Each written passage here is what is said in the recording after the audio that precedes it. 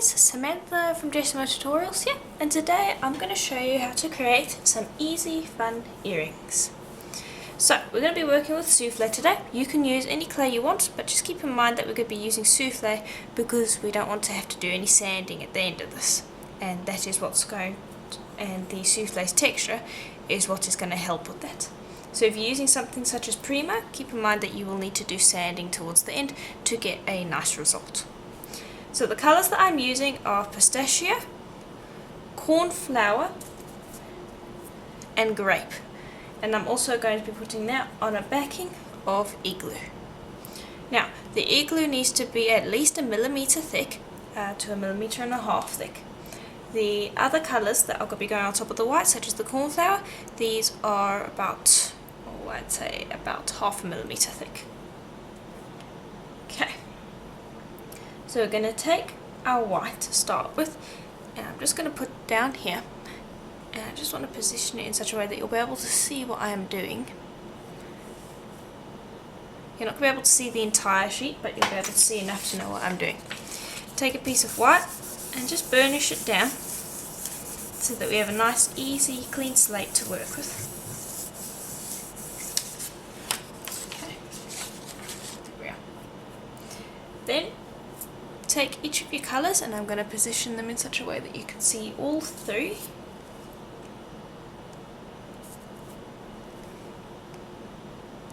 Okay, and again with those you want to just burnish them, and this is mainly just to get it to stick somewhat down onto our ceramic tile or glass tile, whichever one you prefer to use, just so that they're not going to move when we're working with them.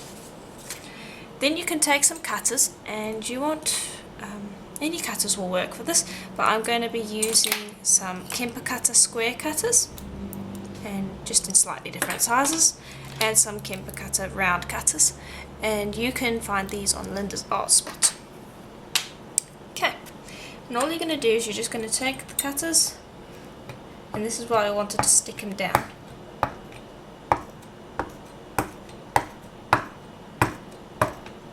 And just at random cut out. And now if you do get a little bit of colour transferred, get rid of that. And this is what's nice about the souffle, it doesn't stick to itself. Then take another size, and if it lifts up, that's fine, and start cutting. And just essentially repeat with all of them, with all of the cutters. Okay, and this is essentially what we're going to be left with. And I decided that I don't actually need to use the rounds. Okay. So now what we're going to do is we're just going to start taking pieces. So I've got some of these here, and you're just going to take each individual piece and just start sticking them down at random.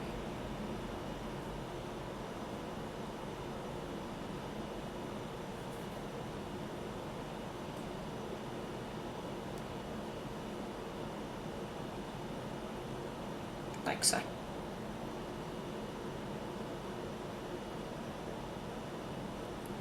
And just continue until you've essentially filled up your piece of white clay.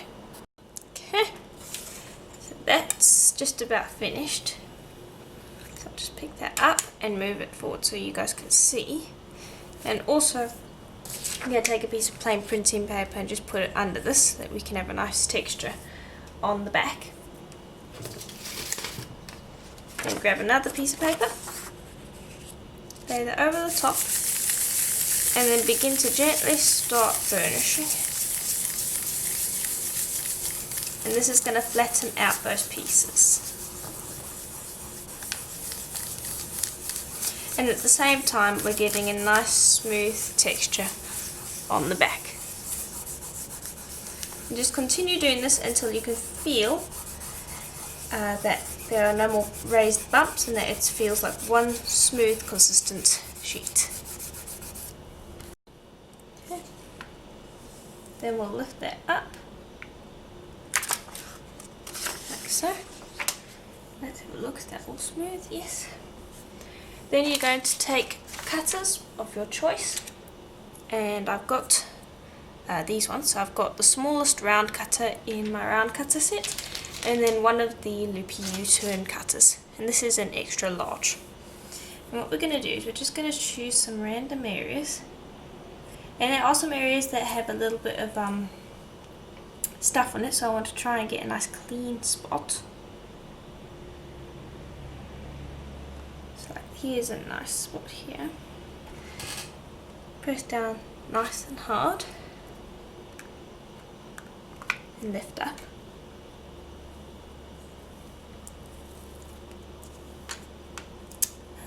Let's see. There we go. Now I'm just going to lift up this outside.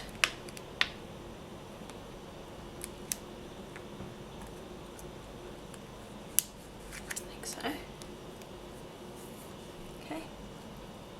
Then just take a piece of paper again and just very lightly, you're not even burnishing, you're just almost using this to just gently tap them down again onto the paper, because some areas did lift up a bit. So don't even burnish, I'm giving no pressure to that whatsoever. Okay, and these are going to be our first earrings.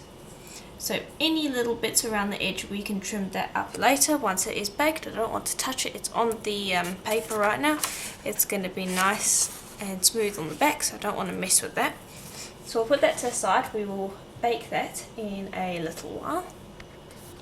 And next step is going to take some more paper and whichever colour you want on the top of your earring. So we have two earrings, so I can use two colours. And so I'm going to be using the cornflower blue and the pistachio, because those are the colours that I like.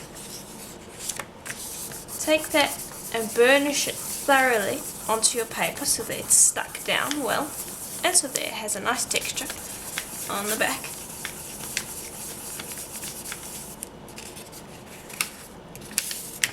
There you go. Then grab your circle cutter, press down,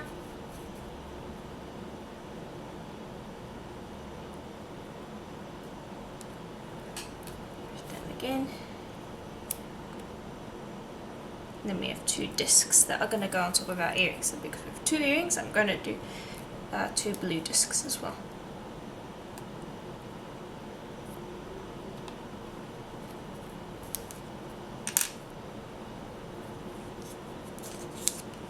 Just lift that up. Alright, then just take another piece of paper and just make sure that your pieces are clean. We don't have to want to do sanding like that one's got a little bit of stuff on it, so I might take out another piece.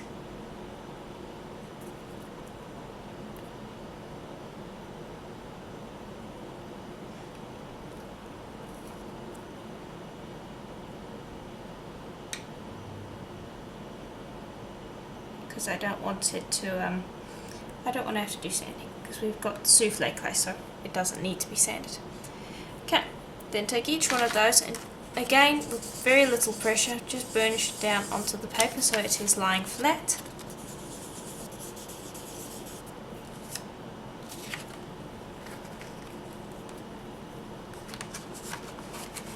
And this one actually stuck to that paper, which isn't what it's supposed to do. Okay.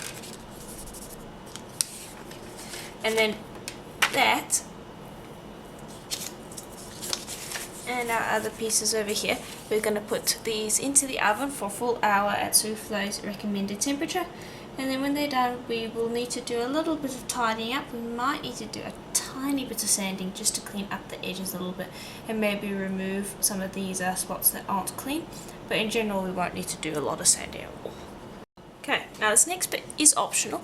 If you happen to have some isopropyl alcohol, the higher the concentration the better. Mine is 99% alcohol.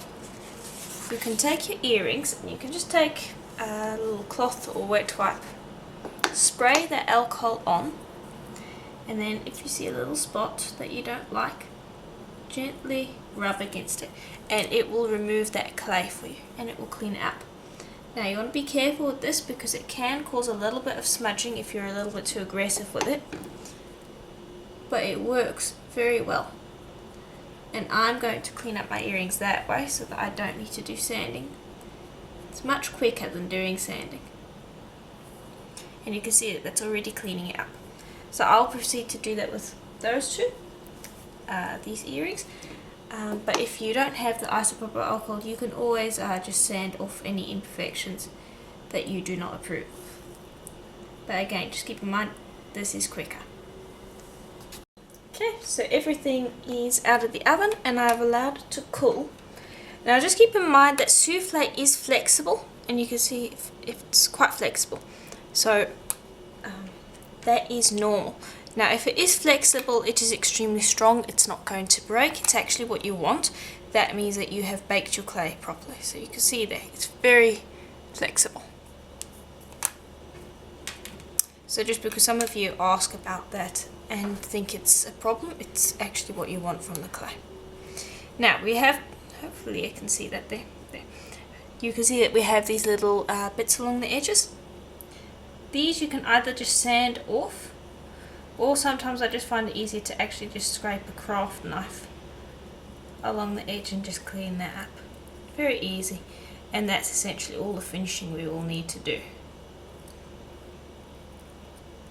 So it's very easy. So just go and trim along the edges of these. These circles shouldn't need it because we twisted them and cleaned up the edges without having by picking them up. These ones we could pick up, and so their edges are a little bit more scruffy, so just clean those up. Okay, so I've trimmed them off and you can see nice and smooth on the inside, and the back is also nice and clean due to it being on the paper. So now essentially all that is left is to drill holes in them, and now you could pierce holes before you bake them, but they're not going to end up as neat and they can distort the shape. So I would recommend baking them first and then just using a safe hand drill. This is very safe. It's not like you're using a power tool. You can just do it by hand, and you can see very easy, very quick and efficient as well. So you can use a hand drill to very easily drill your hole, and then you want to drill another hole in either your green or blue disc, and this is actually a push drill, so you can get the drill to do most of the work instead of having to twist it. And you'll repeat with all the others.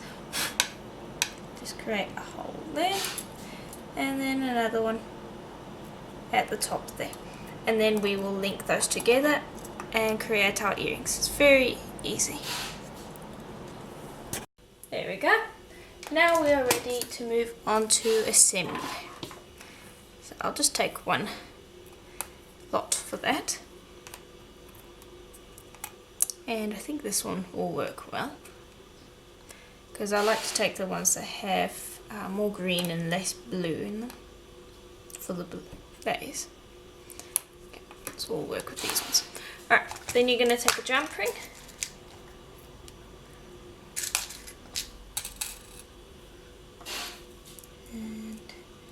Just open that up,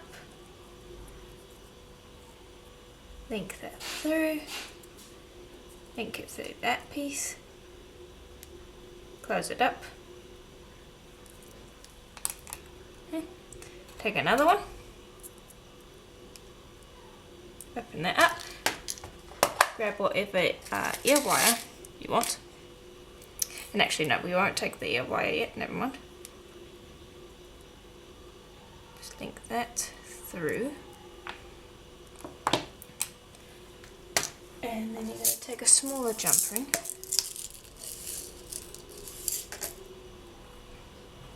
and that is what you're going to attach your ear wire to, because it needs to sit the right way.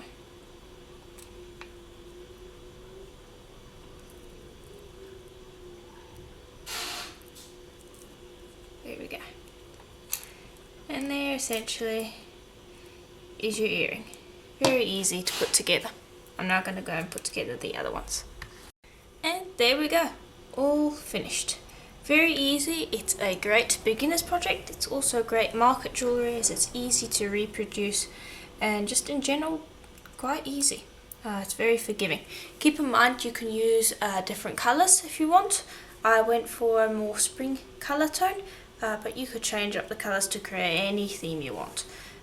You can also use different clay. Souffle is definitely easier because there is no sanding involved and you get this nice leathery texture. Another one to think about possibly is using leather clay. It will probably create a very different effect. I might have a look into doing that. Let me know in the comments below if you would like me to repeat this tutorial but using leather clay so that we can see what it looks like. It might be completely different, so I will look into doing that, but I would like to hear your thoughts on that first, so let me know in the comments below. And so I do hope that you enjoyed it. If you did, please let me know in the comments below. If you have questions, let me know as well. And if you would like to support this channel and keep it going so that I can post tutorials every single week, please do consider becoming a patron. I post videos every single month on there. I also have patron discounts to my Etsy shop, so you can get up to 20% off on my Etsy shop, so it's definitely worth looking into. So do consider becoming a patron. I would deeply appreciate that. And as always, I'll see you in the next tutorial. Bye for now.